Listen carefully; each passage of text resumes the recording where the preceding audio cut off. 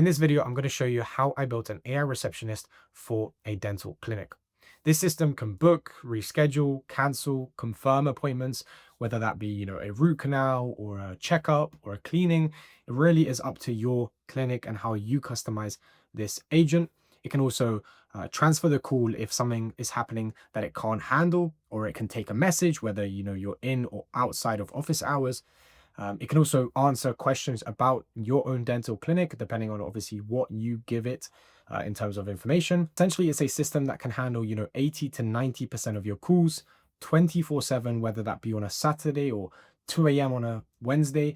It doesn't really matter. So I built this system using a platform called Vapi and built a custom LLM architecture, which allows me to fully customize and have full control over what I build. Now, this system is also integrated with Langfuse, which is an observability platform, allowing me to trace every single one of the inputs and outputs and the latency and basically all the data around the calls, and allows us to store it all on our end in order to debug and improve, etc. This is by far the most comprehensive build I have on my YouTube channel, and all of the code and everything like that will be completely free, which will just be linked down in the description below.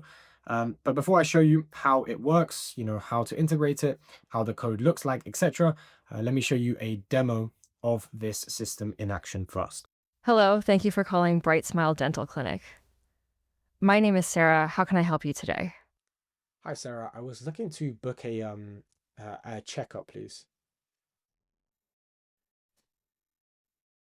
Of course. Are you a new or existing patient with us? I'm a new patient. Great, I can get profile set up for you. What is your first name? It's Hugo. And what is your last name, Hugo? It's Podvorsky. Thank you. And what is the best phone number for you, Hugo? Just to make sure, what did you hear my surname as? Oh, I apologize. I heard it as Piedvorski. Is So that it's correct? Podworski.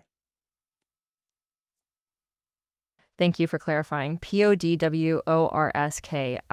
Got it. And what is the best phone number for you? It's 07856 563284. Just to confirm, that was 07856563284. That's correct. Is that just a sec? Thanks, Hugo. Your client profile is all set up. Now, when would you like to come in for your checkup? I mean, ideally tomorrow would be the best for me. Hey, I can check tomorrow for you. Would you prefer a morning or an afternoon appointment? Ideally afternoon. This will just take a sec. We have a 2 p.m. and a 4 p.m. available tomorrow, Thursday, November 20th. Yeah, Which one works better? This will just take a sec. One moment. You are all set for your checkup tomorrow, Thursday, November 20th at 4 p.m. I've also sent you a confirmation via SMS and email. Do you have any other questions for me today? No, perfect. Thank you. You're very welcome, Hugo. Have a great day.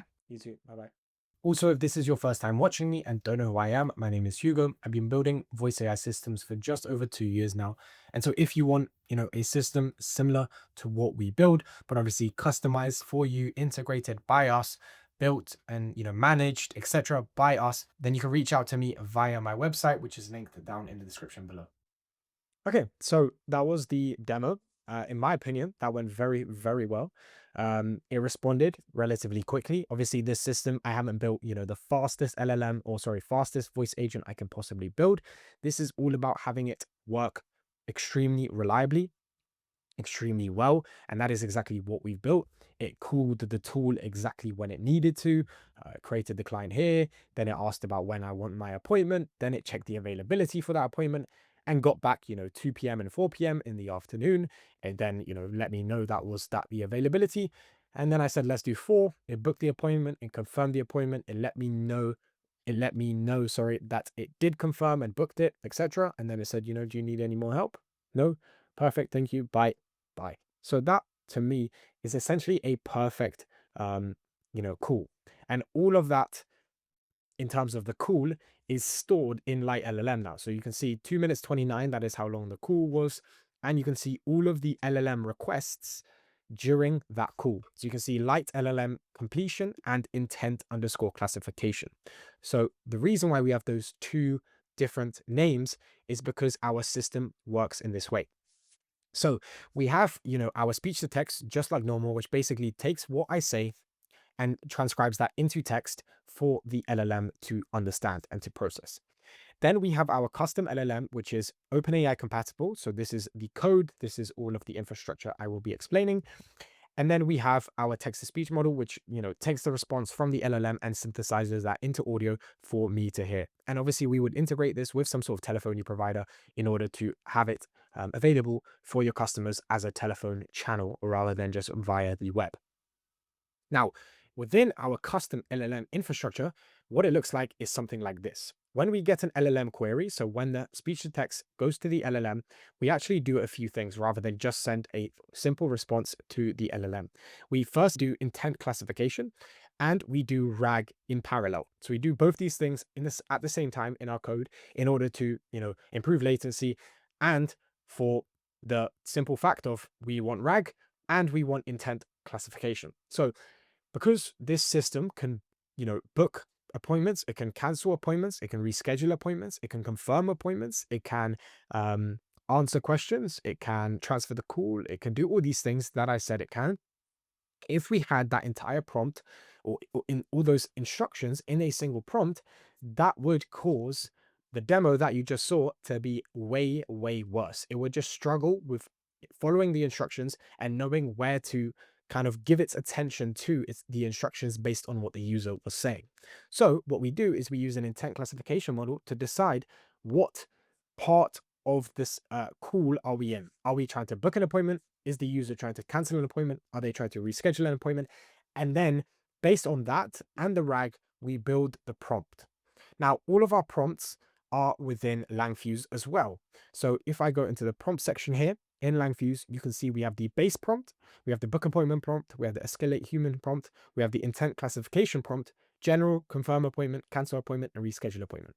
And what happens is, let's say the intent classification correctly identify that, I was trying to book an appointment, I was trying to book an annual checkup.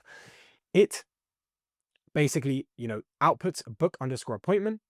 Then we basically take the base prompt. This is the prompt that will be in every single, no matter basically what classification, what intent we are in, we will have the base prompt. And then we input the state prompt, meaning the book underscore appointment within the state prompt. Then the scenarios or the RAG is added into this section. So that is our whole prompt. It's still a pretty big prompt, as you can see, because we have this and the state prompt and the scenarios, but it is much smaller than it would be. So if I go into Playground, you will see here, this is what our prompt looked like. We scroll down and then we can see the state name equals book underscore appointment, and we can see the examples and everything like that. And that is the prompt that was being used. Now we do the intent classification at each turn of the LLM query. As you can see here, at every LLM query, we do both of these things. Now, this does cause a bit of a latency, obviously not too high, like around 200 milliseconds, but I find this to be way more reliable than just doing it one time, because if the user decides they want to, I don't know, cancel an appointment, they often actually wanted to just reschedule the appointment. So yeah, I think it's worth doing the intent classification at each query. Once we've built the prompt, we then actually send it to our main LLM. So for this example, for the demo, I was using Gemini, Flash, and their latest. So their latest model is their preview version. It is really, really good. In fact, I'm very excited for Gemini 3.0 Flash. I think that will be huge. But yeah, the 2.5 Flash, the most recent one, is really, really good and it's really, really fast. So that is our system. That's how it works. And it's a pretty simple system to understand. The only other thing that you need to know is obviously we have a knowledge base that we need to input things into the RAG so that it actually has information about your clinic so that it can actually answer it when someone asks that question. So let's get into the code. I'm going to explain this as simply as I can, and you don't need to understand everything. I've written the code with the help of AI to be as simple and as readable and as understandable as possible. So yeah, the way this code works is we have our main.py, which is essentially the orchestration layer, which decides, uh, it's basically the fast API application entry point, which basically means that it's the first kind of the top part of the application. And within this application, we have routes. So we have the chat.py, which is the chat completions. It's the thing that Vapi sends a request to. So if we look within here, we have the router.post/chat/completions. We have some more logic there. I will explain that to you right now. So we first, um, get the recent user messages. This is for the RAG because we don't want to send the entire conversation to the RAG like as a query. We just want to send the most recent user messages so that the RAG is giving us the things that are the most important right now because that's all that matters. We have execute tool call. This is only if you want to execute tool calls locally, which we're not doing with Vapi. And then we basically just have this, which, extracts the caller ID, does a few things like that in order to connect with Langfuse, searches the RAG, as you can see right here, gets the recent user messages, classifies intent, prints some things to basically let you know the latency, builds the variables. So if you obviously have variables, so in our prompt, you can see we have office hours, we have user phone number, we have client context. All of those variables are built, and then it basically sends a request to the LLM. And we are using Light LLM because Light LLM is so good and useful for sending this thing because I could just go into Vapi and make this, I don't know, OpenAI GPT 4.1. And as long as I have the OpenAI environment variable key, which is like here, and I had OpenAI, it would handle the thing perfectly. So that's why Light LLM is very useful. Then we have knowledge-base.py. This is basically all the endpoints within our application to do with the knowledge base. So we have /search to just check, what do we have in our knowledge base? Do we have something about our opening hours? We have /add, which allows us to add something into the knowledge base. And we have /delete, really the only things that we need. Potentially you could have update, but I just decided to have delete and add. That would just make it easier for me. Then we have tools.py. So this is basically all the tools that the agent had. So it had book appointment, confirm appointment, check availability, transfer call, escalate message. And all of these things are, defined here. So we define the tool, like what are we doing within lookup client underscore native. And what we're doing is we're getting their phone number and then we're checking based on their phone number, do we have any clients? Now, obviously, we are doing this as a demo. And so, we have mock data and mock clients right here. So we don't actually get it from your own database. That would be what you do. And so within, this system, you would actually build all of these tools yourself. This is something that I can't do for you. I can only do this for you if you decide to work with me, which you can do. And we will build, the tools, everything else, customize the prompts for you, etc. But obviously, if you're building this for yourself, you have to build the tools, integrate them with your system, and make sure that they work with your system yourself. Once you have all your tools, you're going to create endpoints for Vapi to be able to send things and send a tool request to your API endpoint. So that's why we have this /Vapi/cancel, /Vapi/reschedule, so that Vapi can basically send us a request. So we do what we need to do within the code, and then we respond with a response to Vapi so that the, Vapi understands that, okay, yes, there are available time slots, or no, there aren't available time slots, etc. Then within services, this is literally just like all of the code that defines what is happening within the routers. So we have embed text, we have search RAG. These are the things that are being used within the code in the routers. So we have the knowledge base stuff, all makes sense. Like I said, main.py is the kind of top route. Then we have prompts.py. So this is the only other thing that you really need to know about.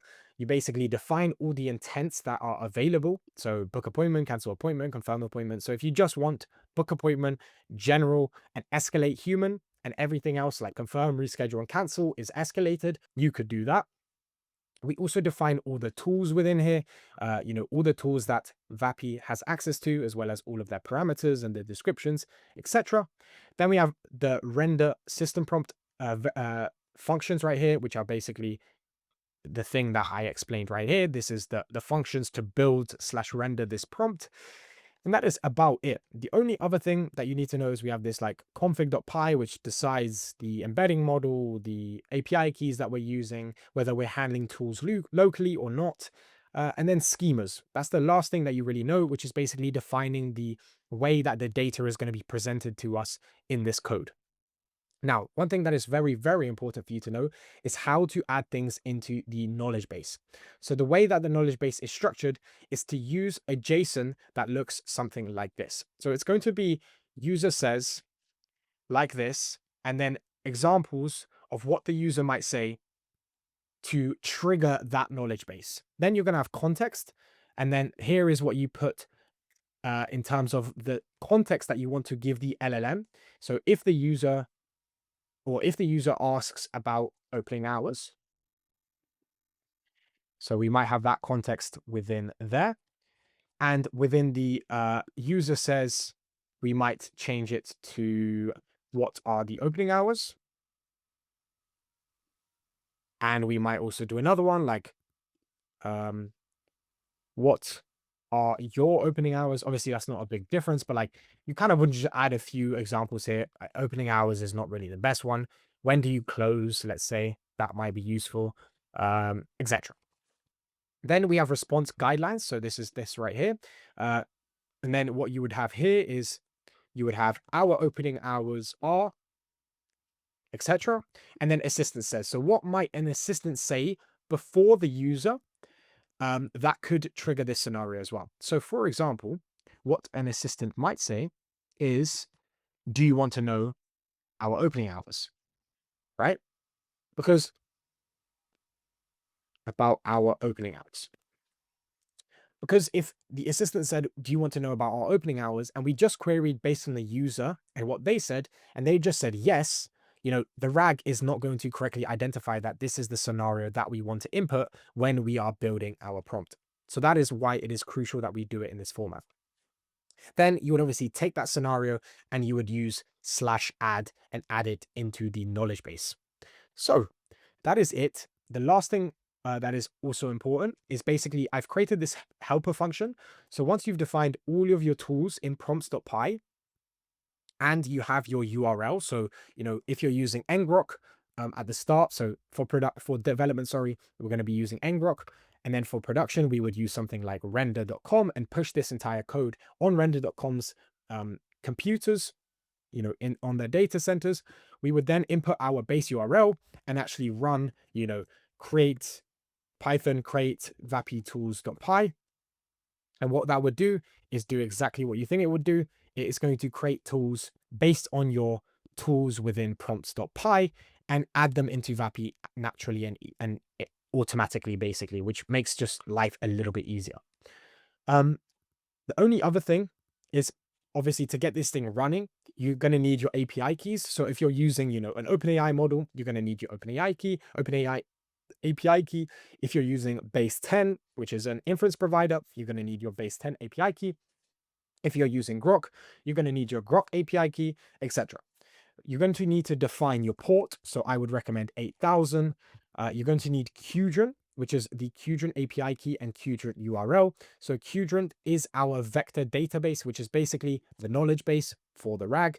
And what you're going to do is you're going to sign up, create a free cluster completely for free, and basically get the URL that you're going to be given and the API key that you're going to be given. And then you're going to create a collection within Qdrint.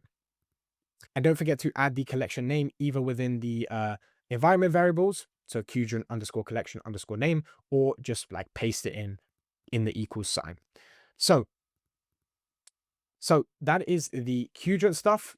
Then we need our LangFuse stuff. So this is obviously to have the prompts, to have everything like that. We're going to need our API key, which is very simple. You're going to go into settings, you're going to go into API keys, and you're going to create a new one, and you're going to copy that, and you're just going to paste it in there. And then your Vapi API key. And that is all that you're going to need for this code to run. Then if you want to just test it, you're going to, run this via ngrok. So you're going to do ngrok 800, depending on what port you're on, 8000, sorry. And then you're going to, input that URL into Vapi, and you are good to go. Now, once you want it into production, what you're going to do is you're going to get started with render. You're going to push all of this code into a private GitHub repository, and you're going to push that repository into render, and they're going to upload all of your code onto one of their computers. You're going to get a URL, and it is going to work just like that. Render is so useful, so easy. And from there, you have a production custom LLM system that works perfectly. All you need to do really is input all your environment variables, do the tools for your actual business. So it connects with your CRM, it connects with your appointment booking software, it connects with that. Create a Qdron account, create a LandFuse account, push it all to render, and update your Vapi and connect it to a telephony, and you are done. Obviously, you know, the actual main part, the difficult part, is the prompts. How well can you prompt the system? But the system has been built for you to make the prompting easy. It makes this whole system so much more reliable, even if you have a bit of a worse prompt. So that is why this system is so useful. And that is why, obviously, downloading this and obviously trying to do it yourself is definitely viable. But yeah, like I said, if you want me and my team to work on your system, make sure that the prompt works perfectly, make sure that it is being observed, evaluated, we do even more than this, then yeah, you can contact me and my team down in the description below via my website. And yeah, thank you for watching this video. I hope you find it useful. If you have any questions to do with this, to do with the system, to do with anything, when you grab the code down in the description below, you're going to join my community. And in there, I'm going to try answer as many questions about this as I can, and help out, troubleshoot any issues that people have, and basically help with this system. So thank you for watching, and I hope you found this video useful, and hopefully I'll see you in another one.